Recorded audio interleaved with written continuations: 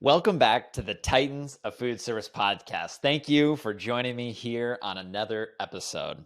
Please, if you're enjoying the podcast and you're listening along, whether it's on, Apple Podcast or Spotify, if you can leave a 5-star review, that would be amazing and much appreciated. If you're listening along on YouTube or anywhere on social, like, share, comment, get the word out. That really goes a long way. So thank you. Today, I welcome Cathy Holley. And Cathy is the publisher and editor-in-chief of Flavor and the Menu, and then also the owner of the Flavor Experience event that happens every year here in years past. Has been here in California. And we talk all about different trends and getting into Gen Z and things she hopes to see into the future and kind of what her day-to-day life looks like, managing content and being an entrepreneur. It's a really fun discussion. I think you're going to really like it. So let's go ahead and welcome Cathy. All right.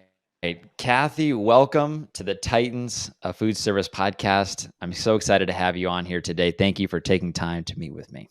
Thank you, Nick. I'm thrilled to be here. All right. Hopefully your week has been going well so far. Where are you based out of? I'm on the Maine coast, so I'm north of Portland, just in Freeport, Maine, home of LL Bean. It's how most people know it. Yeah. Originally from the West Coast, moved to the East Coast about 25 years ago. I didn't realize I'm like on the exact opposite side of the country, being in Southern California, where you're Northeast. I'm in the Southwest. Exactly.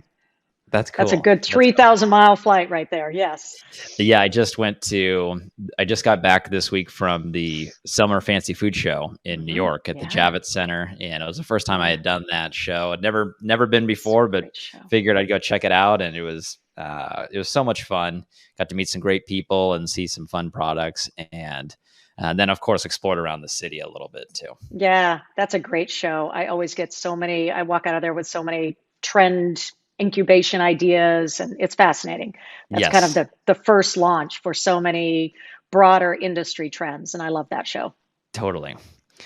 So what I usually like to do with all of the guests on the show is kind of build like a background. Essentially, how did you get into the food industry? Where was the starting point, and how did you get to where you are today?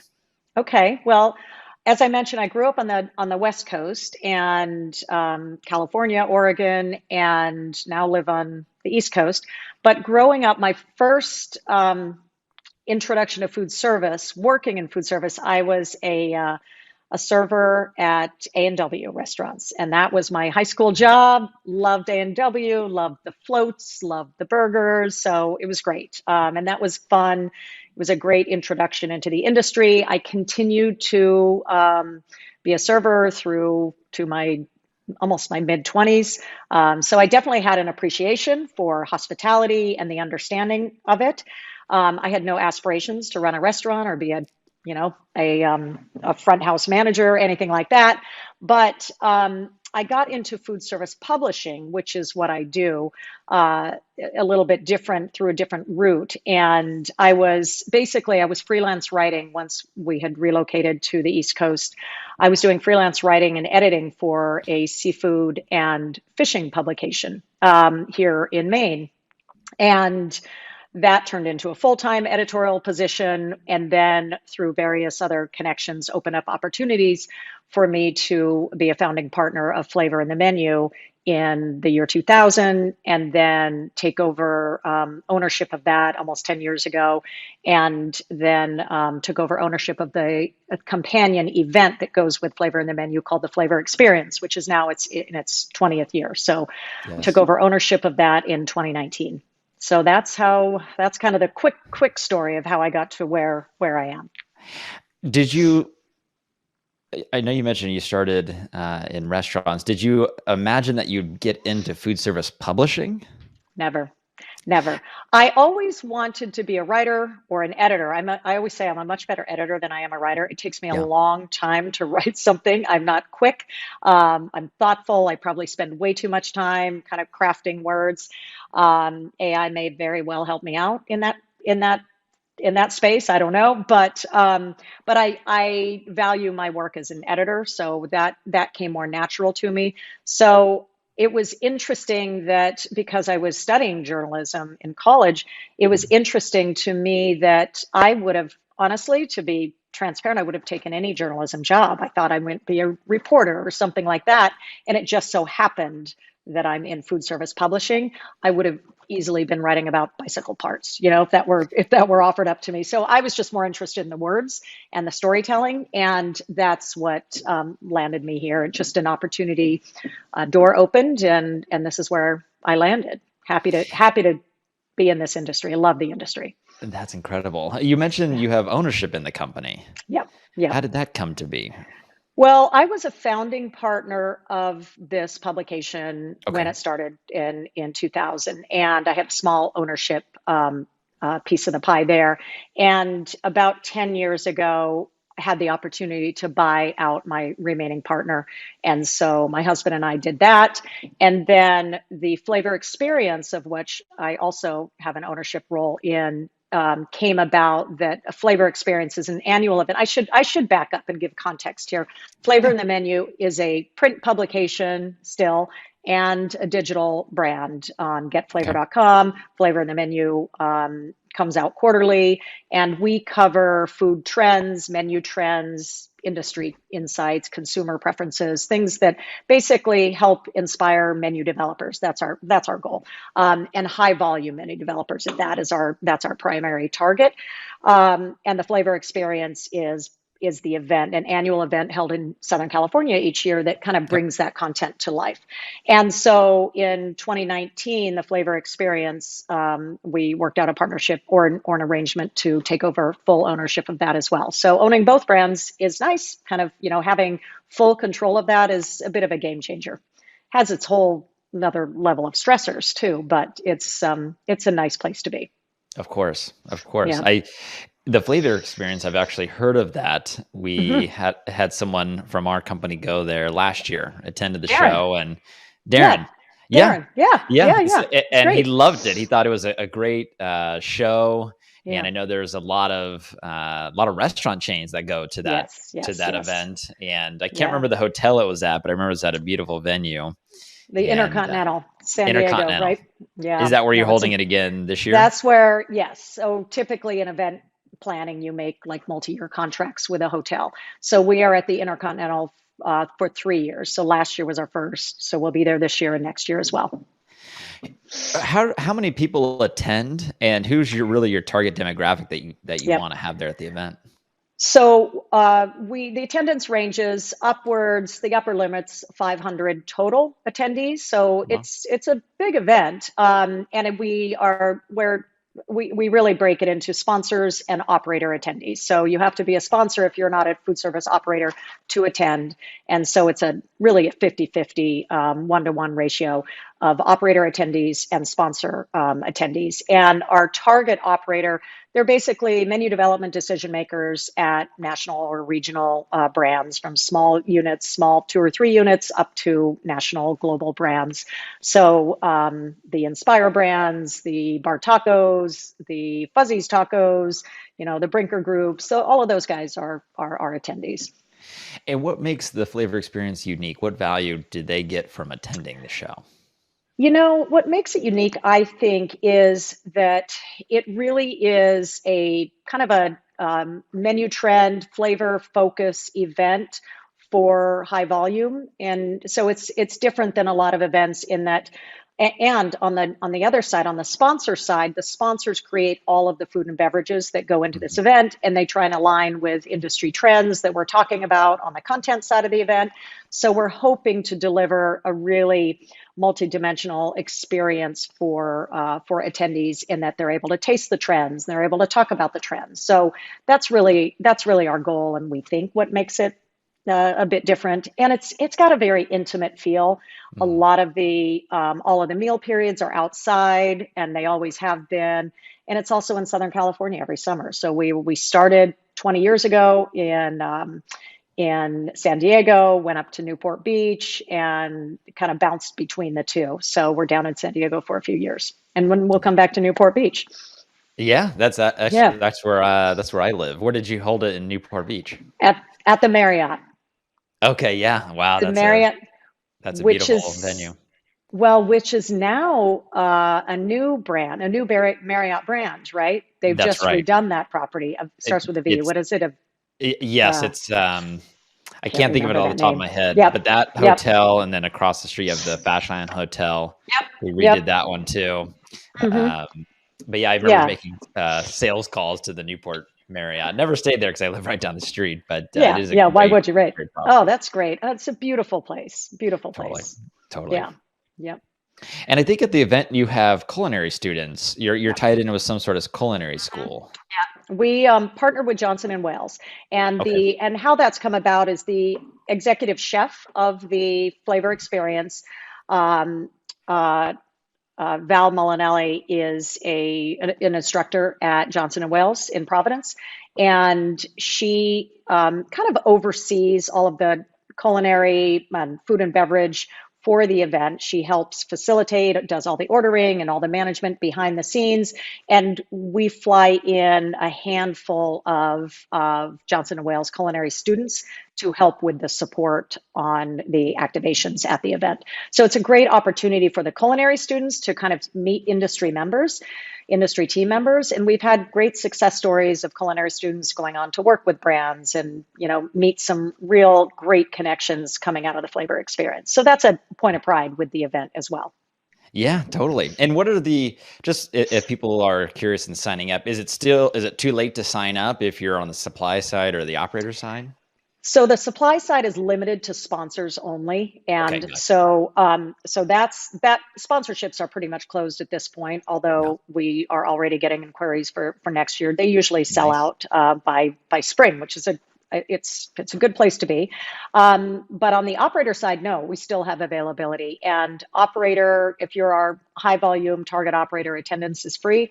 So there would be a link to sign up. So yeah, we still are welcoming operator signups there.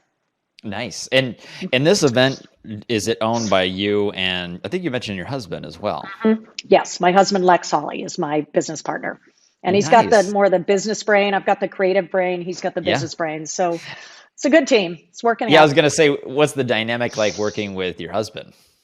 It's good. It actually is good. I tend to we have a lot of, you can imagine there's a lot of inner working little predictable things. Generally he'll present an idea and I'll shoot it down and I'll flip his idea into my own idea and look, we're both happy. We come out of it happy. So Yeah. but no, he's got his strengths are really in the financial side of things. That's where Okay, he's yeah. got the more of the business brain. And that has never been a great strength of mine. So I've leaned on him largely for making calls on, all right, is this worth a $5,000 investment? Do we do it? And he's very good on the quick response to say, all right, if we spend that money, this is what we'll get. And so and these are big dollar values we're talking about here. These Yeah. are, I mean, it's quite an undertaking to pull off the flavor experience each year. And there are a lot of kind of heavy decisions that go into it.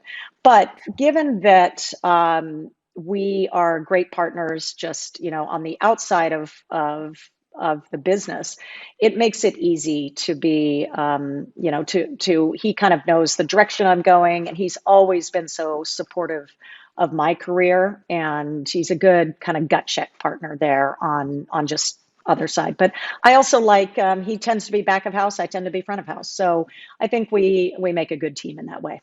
Yeah, I love that. A lot of times you see, I'd call it a family-owned business. A Hmm. family-owned business, it seems like it's almost kind of black or white. There's no gray area. It works Yeah, really well or it doesn't work at all. And exactly. and Yes. I work with my It's dad, and we have a good yin and yang. And I think yeah. what's nice about our dynamic is he takes feedback from me, even though he has way more experience within the food service industry. Right. Um, he takes my criticism and my feedback and my thoughts and ideas and allows me to run with them and implement them. So it really creates a nice dynamic within our company. I totally agree. And I think that when you have someone who loves you, basically, these are Right. the closest partners you have in life, and that you can really count on that support. It's really different than going in as founding partners or Yeah. just traditional business partners. It has its strengths, great strengths, has its challenges, but generally, I think in most functional working relationships, it can really be a high value turnout. Yeah. So yeah, it's an interesting. It's never a dull moment. There are times when we have to stop talking work at dinner, just like, all right, let's stop because this is Yeah. something we live 24/7 basically. I totally that resonates with me. It's hard with my dad and I just to turn it off. It's Father's Day, and well, did you Oh, talk about this or did you do that? These little. It's like it's constant, yeah, but we're just passionate about it. We kind of just love it. yeah. It's maybe it's an obsession, and maybe we should not work as much as we do, but we just love what we do. That's yeah, that's generally it. And you've got a great name in the industry. And so that's really something to be proud of too. It makes there's an extra pride there when you actually have family investment in that. So For kudos sure. to you and your Thank you dad. very much. Yeah, Thank you. yeah, So definitely. tell me a little bit about the flavor in the menu. What does your day to day look like in that business? Day to day in flavor in the menu, I wish it were more glamour. It sounds great to be a food service publication. You think I'm out eating at these great restaurants, these trending restaurants, and I'm being handed this free food and beverage anytime, anywhere. The sad truth is I am looking at a computer most of my days. So when I'm not traveling, I'm on a screen and I get these screen time alerts. That's really discouraging at times, Nick.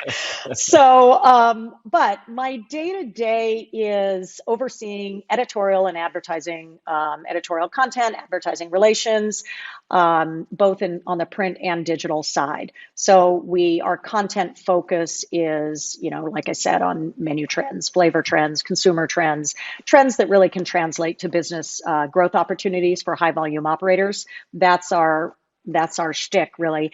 And I work really closely with my team, including managing editor Katie Ayub, who's based in Chicago, and my sales lead, Julie Tobias, who's based in Oregon. We really are a small team, but a tight team, and I just get so much energy from the kind of creative in and outflow of these guys. And so day to day, it's a lot of kind of managing content of what that looks like, what direction are we going, watching the industry to see. I mean, food service media is no joke right now. It's a tough business, and Yeah. just kind of figuring out the ins and outs of paper costs and mailing costs and things like that. That very unglamorous side of the business, and then the execution. Are we doing, how many e-newsletters do we do this week? What else can we get into? We tried a video streaming episodes this year. That was new for us. So just looking into media formats that resonate with our readers nowadays, which continues to be a challenge because everyone's so busy. There's always the competition for their eyeballs in some way. So in what format is that best delivered, and what format can you get our readers to engage? So that's no that's a very tall order, and it requires some heavy team dynamics to pull all that off. And then on the event side, the day to day on that it changes throughout the year, but right now we are deep in finalizing our content, who is speaking, what are they speaking about, finalizing the decor and the agenda and the flow. Our sponsorship sales are kind of, we're over that, so that's closed. But yeah, so just overseeing a lot, and I tend to be a very detail oriented person, and I want to have a hand in every role. I'd like to step back and not, but because it's kind of, family brand, I have a vested interest to make sure every aspect of the business, both businesses are running smoothly. And it's not always smooth, but yeah, I'm very active every day in both Yeah. sides of the business. Yeah. I can definitely relate to that in Hmm. my experience. And, I'm definitely a perfectionist as well. And I like Yeah, everything to run a certain way. And it's challenging. It is exhausting at times too exhausting. for me. Yeah, And yeah, sometimes I have to remind myself that I don't have to be, I don't confuse perfectionism with excellence, yep, yep, because it's yep, hard. It's so easy to get yeah, down into the weeds and on every little thing, and it's stressful. I think that's one part of entrepreneurship that I didn't yep, learn in business school. They teach you all no, these abstract things and like assessing problems and how to solve them, but they didn't tell you that right. you know you have to You have to manage all sleep this at other night. things. Exactly. Yeah, exactly. There are sometimes this phrase we use. And somebody, I think it was Jen Horowitz in the business, told me this years ago. And she was at that time on the PR side of the business. And she used this phrase, just remember, it's PR, not ER. And it is kind of like this is not a life, no one's going to die if we miss our press date, And so there are things that I agree with you in entrepreneurship. You care, you deeply care. I care. My whole team knows, like, a typo or a proofreading error is just that will crush me. And it's silly to say Yeah. because it doesn't really matter. It's okay. But that's where digital is way more forgiving than print. Digital, you find a typo, you go in and you change it and you re-upload the story. Done. 5 minutes. Print, Yeah. it's there. And that's the sort of thing. So print is a very heavy lift. And our team is just trying to do what we can to minimize the kind of the mental health degradation that print can cause. But I agree with you that there is this perfectionism that I have to be very careful of. I'm the same, Nick. I go down that rabbit hole of just spending hours looking for the right opening photograph. Like, all right, Yep. does this really matter? So I'm still learning. Yeah. No, I totally understand that. And when it comes to getting your content, how do you find it? Well, it comes through various ways, and both the content for the sessions at Flavor Experience and for the editorial at Flavor in the Menu come around Yeah. similar styles. And really, we focus a lot on trends, and watching trends is really a study of patterns and just looking to see the bigger patterns that either on the menu side, if what we're seeing in Sure. independent restaurants, and both on the food and beverages, or an ingredient that we're seeing that's presented in new ways. On the consumer side, what are Gen Z is, and even the forthcoming Gen Alpha, this is all the talk right now. And so we're just watching what our kids are doing, what younger consumers are doing, how they're interacting with restaurants is a continual for us. And so we tend to, we put our heads together and we just look, what are other brands not talking about that we could, where's that space we can play in? And luckily, Flavor in the Menu, we really focus on food and beverage and ingredients. We don't get into human resources and, franchising and Mhm. finances and plate costs so much. Those details are very important, obviously, as in our industry, but we tend to play in the most creative space, which is flavor development. And Right. I'm very happy just sticking to that wheelhouse. So it's easy to come up with content because we Yeah. will find an ingredient that might be new to us or some of our readers, and you can just dive deep into that and what you can do with this ingredient, how it's showing up in its authentic form, what we could do to modify it. So there's certainly no shortage of content in that area. Yeah. On the topic of Gen Z, what are some of the trends you're seeing with that generation? Well, it's interesting. Gen Z is what every menu developer is talking about right now. So we just did a Yeah. dedicated issue on Gen Z, and one of probably the most impactful attributes or characteristics of this generation, and it's kind of stunning in some way. And I credit Mike Costio at Data Central for kind of pulling this out in an article we just ran. And it is, and we've certainly seen this. I've seen this with my own kids. I've seen this with, younger consumers, that they have a great interest in experience. And you've probably heard this, Nick, where Yeah. Gen Z is the first generation that values the experience of items over basically, I hate to say it, but over flavor. The experience is so paramount in their minds of a successful dining out expedition that it's the first time where experience tops taste, which is a kind of a terrifying thought. But Yeah. it's very, their ability to share it, their ability to, share it socially, their ability to share it in person with a group of friends, their ability to engage with the brand in certain ways. So many of the things they're looking for don't always have to do with flavor, which is a Hmm. big game changer for this generation. And I think that's what, just because if you have a fried chicken sandwich, if you have the best tasting fried chicken sandwich, but you're not doing the right things to capture that audience in terms of engagement opportunities, or like, can I customize a bill that could be named after me or something like that. It's just really, and it's a challenge for our food service industry right now. So Yeah. that's just one of the things that I find fascinating about Gen Z. That is fascinating. You kind of just described. I'm part of the millennial generation. I know Yep. we have Mm-hmm. our own Mm-hmm. idiosyncrasies, but Mm-hmm. I've definitely in my life been more of an experience eater as Consumer. opposed Mm-hmm. to a consumer. Yeah. Mm-hmm. I go to New York this week for the fancy food show, and in my free time, I'm looking up, what's the oldest restaurant in town? What is the Exactly. highest rated, like, best experience? What is a cool bakeries like? And I just would walk from place to place, even though I'm eating a croissant Right. here and a cupcake there, and Yep. I'm just Yep. my stomach's getting just stuffed. Yep. I just want the experience to say that I've been there. Exactly. The Katz's Deli experience, right? Exactly. That, right? And so, but maybe you're not researching like who has the best tasting bagel in New York. It's more Correct. about where's the what must I do just to have done that? And I get that. And Yeah. there's a lot of fun in that. And it's good that restaurants can offer the experiential component to consumers, Yeah. because certainly without that, that would be a real problem. And I think even fast or quick serve brands are starting to recognize Yeah. that even the McDonald's and the Dunkin' brands are starting to recognize that, or they definitely are recognizing that the experiential component has to be upped a little bit in that area. So it's kind of fascinating. And I think for probably quick serve and beverage developers, some of these really cool coffee chains, they have more of a runway to play in that area. For full service, that's a hard Yeah. hurdle to overcome. It's not just about sitting down and sharing a bloomin' onion.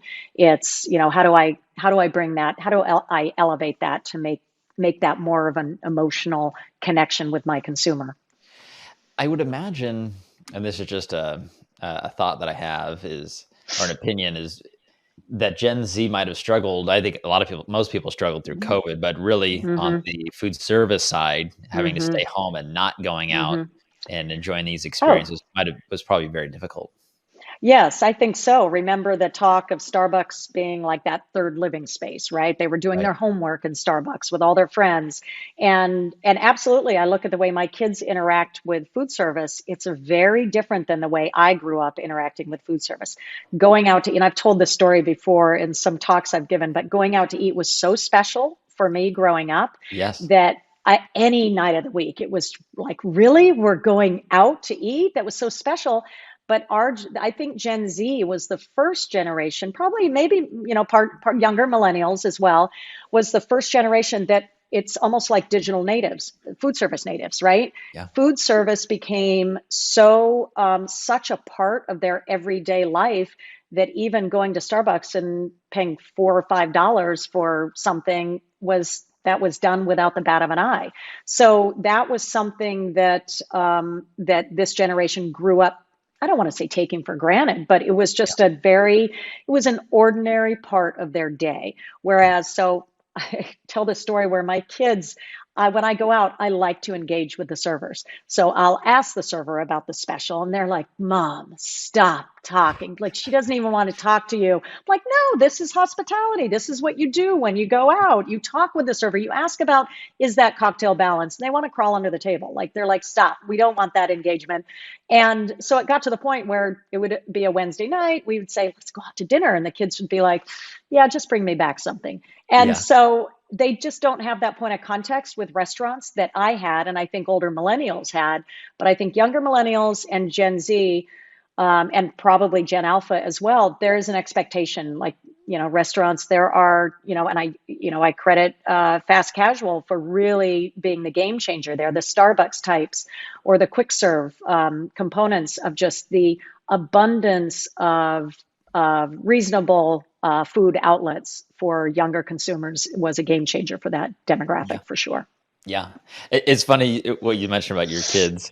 My Hmm. dad used to do that to me, especially like anytime we go to a grocery store, anywhere we'd go, he'd have to talk to people. And he always said, well, I'm Yeah. practicing, getting comfortable talking to people and for Uh-huh. sales and whatnot. I'm Yeah. like, oh, Yeah. Yeah. man. Yeah. Like you're cringing. Like, don't ask about the source. We don't want the backstory to the You're fish, right. right? Yes. Yes. Yes. But I Yeah. actually think it served me very well going through those experiences. My wife told me about 6 months ago. She goes, Nick, you never part of your personality is you don't ever get embarrassed, and I don't Mm. ever get really embarrassed. I don't mind saying something or doing something or put myself out there. Mm-hmm. And if people laugh at me, so what? I like having fun, and so I always think Yeah. like, Yeah. is there a correlation to my dad doing that back in the day that now? And she's like, I wish I had that in my personality to not be embarrassed. Right. Yes. No, Um, you're right. And it's basically just it's really just a form of engagement is yeah, just I want to know about what you're selling. Tell me what you know about that. right. And they're definitely it's an admirable quality to be able to do that with such ease and comfort. Totally. Yeah. What about on Gen Alpha? What are you seeing with that generation? That is, I know so little about that because we haven't yet started. I think they're just in the spending, and once they have, spending, once they have control over dollars, is when you really start to know Right. where their preferences lie. But so I don't know much about that yet. I don't think many analysts know yet. They're just watching when they kind of enter. They're right about that. They're right on the crux of becoming their own, having control over their own lunch money, right? So I think it's going to be a continuation of Gen Z, certainly the younger Gen Z, and until I don't know. I don't know what the coming year and what inflation might mean for that. Yeah. But right now, I think there's expected continual, attributes of Gen Z to start. Does social media play an influence in, let's say, Gen Z and how they Hmm. eat? Yeah, 100%. Absolutely. These guys live by the Instagram Reels and TikTok. So, yeah, if you look at the crumble cookie phrase, that is totally driven by Crumble's social media. The way they make a cookie kind of come to life with the toppings and the sizzle reels, right? Right. And same in TikTok. And it was really very interesting during COVID, birria tacos, right? That the quesadilla, all of that took off, and which is kind of I'm embarrassed to admit, it was my daughter through TikTok that made me my first true, well, not true, but as true as a Gen Zer can build it, birria taco. And that was in times of COVID. And so there were all of these, the Dalgona coffees, all of these really interesting, the quesadilla fold, the four-fold quesadilla. All, my kids were making all of those things during the time of COVID. So I think COVID definitely brought about a greater reliance on that format for dining trends or consumer trends of all kinds, and in particular appealing to younger generations. Yeah, for sure. What Hmm. about going into the future? What are some of the trends that you see growing on the horizon? Well, I think so much has yet we're, seeing where we're going, economy wise. There's a lot writing on that, of course. But, Mhm. I think it's really interesting. We tend to look at flavor trends and where they might appear and what they're, what kind of, momentum drivers are there. And and I know that, over the past couple of years, there's been a lot of emphasis on SKU optimization or cross utilization of ingredients. So pared down menus that, the menu items have to work much harder. And there's a lot of creativity coming out of that. I think we're starting to get to a point where we can get back to flavor, new global cuisines coming online. I think a great respect of culinary authenticity is I know that's a buzzword that a lot of chefs in America, in the Yeah. U.S., I should say, have they consider that heavily, right? So I think that. I think it's going to be interesting to see the flavor development of certain, subregions of Mexico or subregions of Italy that might make bigger plays on American menus. I do see the beverage boom right now in really, we used to talk about, oh, mezcal or the next cocktail, coming on the scene, but now it's like we're talking about the formats of Gen Z focused non-alc bevs. So talking about these layered and foam topped drinks that are really interesting teas and coffees that are coming out of Asian cultures, and driving a lot of innovation Right. in fast casual and quick serve brands. So I think that represents a big opportunity, and that's very exciting. But yeah, it's fun to watch. I don't know, fried chicken sandwiches are kind of the play of the day, and they continue. I'm still stunned by how much innovation is still going on in fried chicken sandwiches, for example, Yeah. and chicken tenders, and chicken in general, chicken wings, and so that's really pretty fascinating. I think there's a lot of movement on the sauce side of development, because that's what really stands a menu item apart, like chicken wings during the pandemic. We're so reliant on what you had for sauces because everybody was doing chicken wings. So, how did you prepare it? What was the sauce that made it stand out? So, items like that. But Mhm. yeah, I think continued global infusions that will, make a play on menus, and the reliance on, there's always going to be a reliance on the familiar. So whether it's the banh mi only took off because it was a familiar format, right?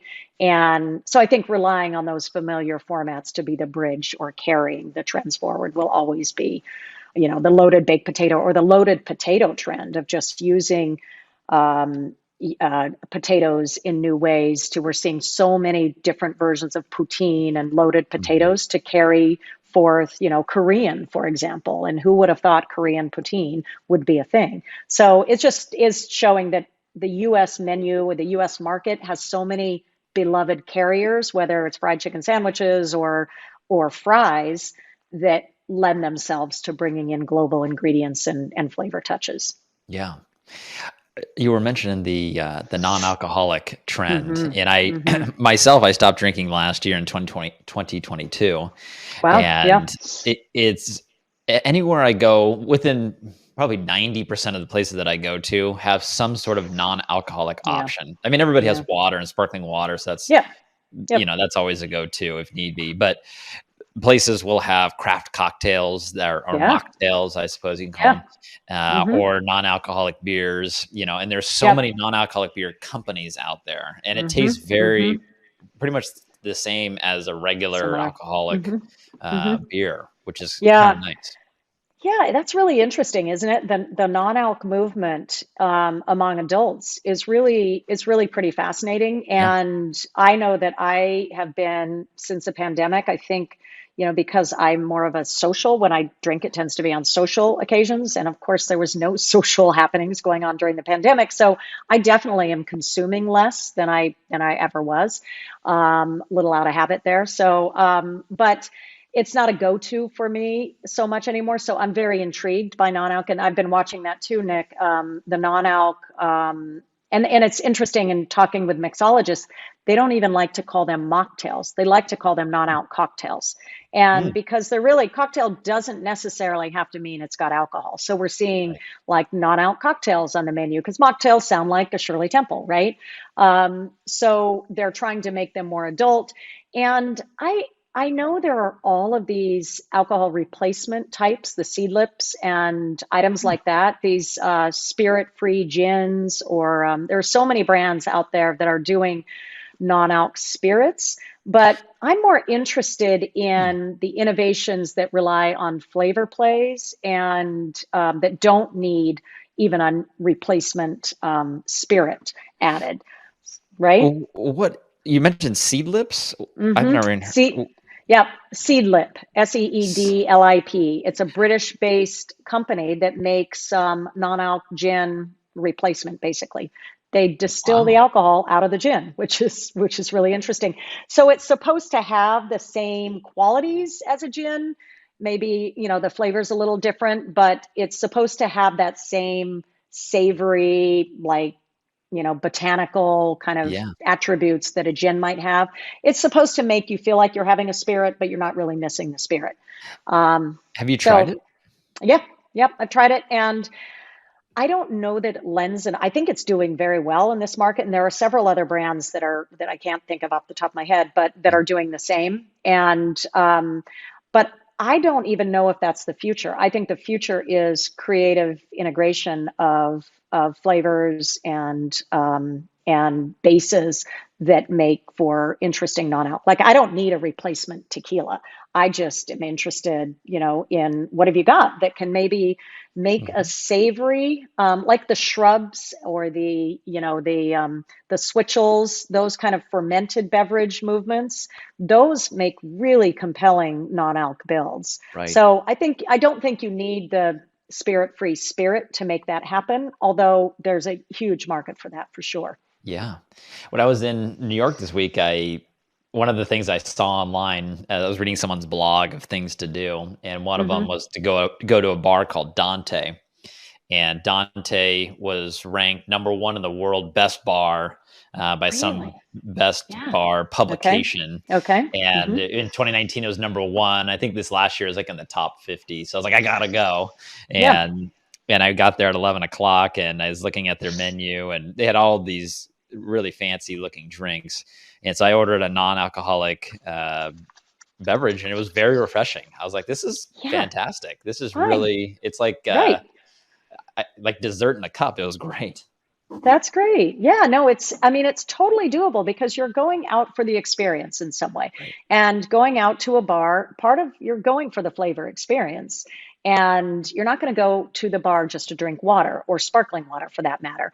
And so there's no downside for an operator to have an entire spirit-free menu.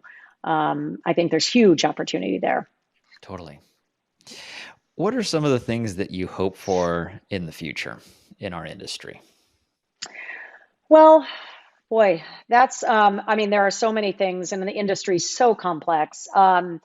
I'm watching, I'm really, I mean, hope, certainly, I hope for success in the industry. Can I just sum it up there? But Yeah.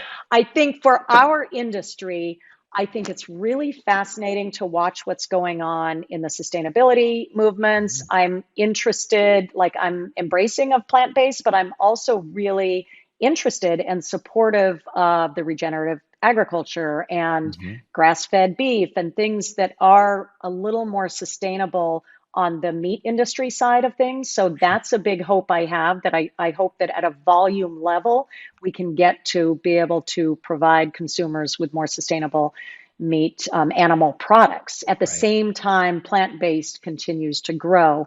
Um, I hope that brands, if we're talking about food service brands, can maintain their kind of I guess their foothold, because our space is in the high volume space, a lot of chain development, and I watch and hope that chains can continue to grow, and not just from a venture capitalist perspective, right? That they can grow from a genuine, this is a brand that really resonates with this consumer, rather than just popping into a market because there's a financial, hole there to fill.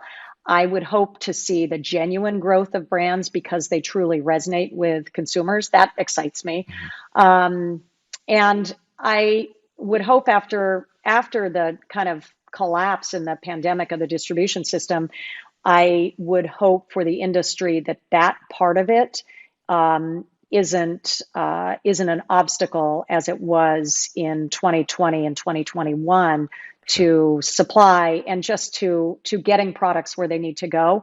I think there's some big opportunities for streamlining on the distribution side of the industry as well.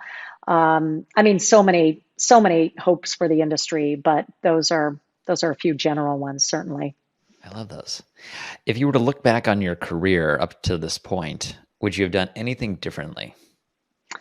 Um, you know, no, I would not have. I've made mistakes. I have, made bad calls on things maybe, but I don't think I would do anything differently because as we know, that's where you grow, right?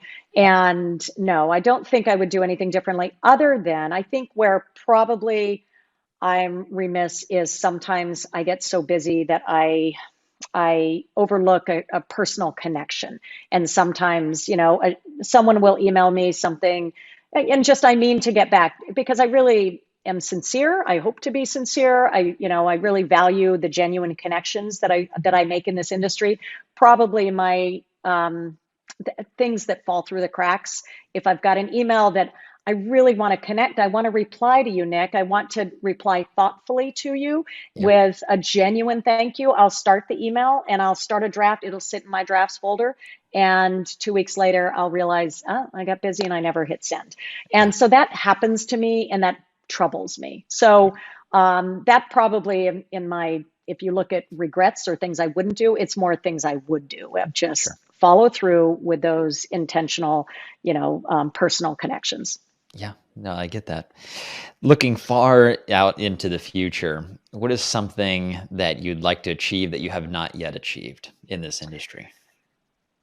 Wow. Well, I don't need to win a James Beard Award or anything like that, but the I think it's probably less about a product in the industry, whether it's a publication or and pulling off a huge event. I think for me, my big goal is mastering the work-life balance. It's a genuine struggle for me. And I think it goes back to what we were talking about when it's a family business, when it's entrepreneurship.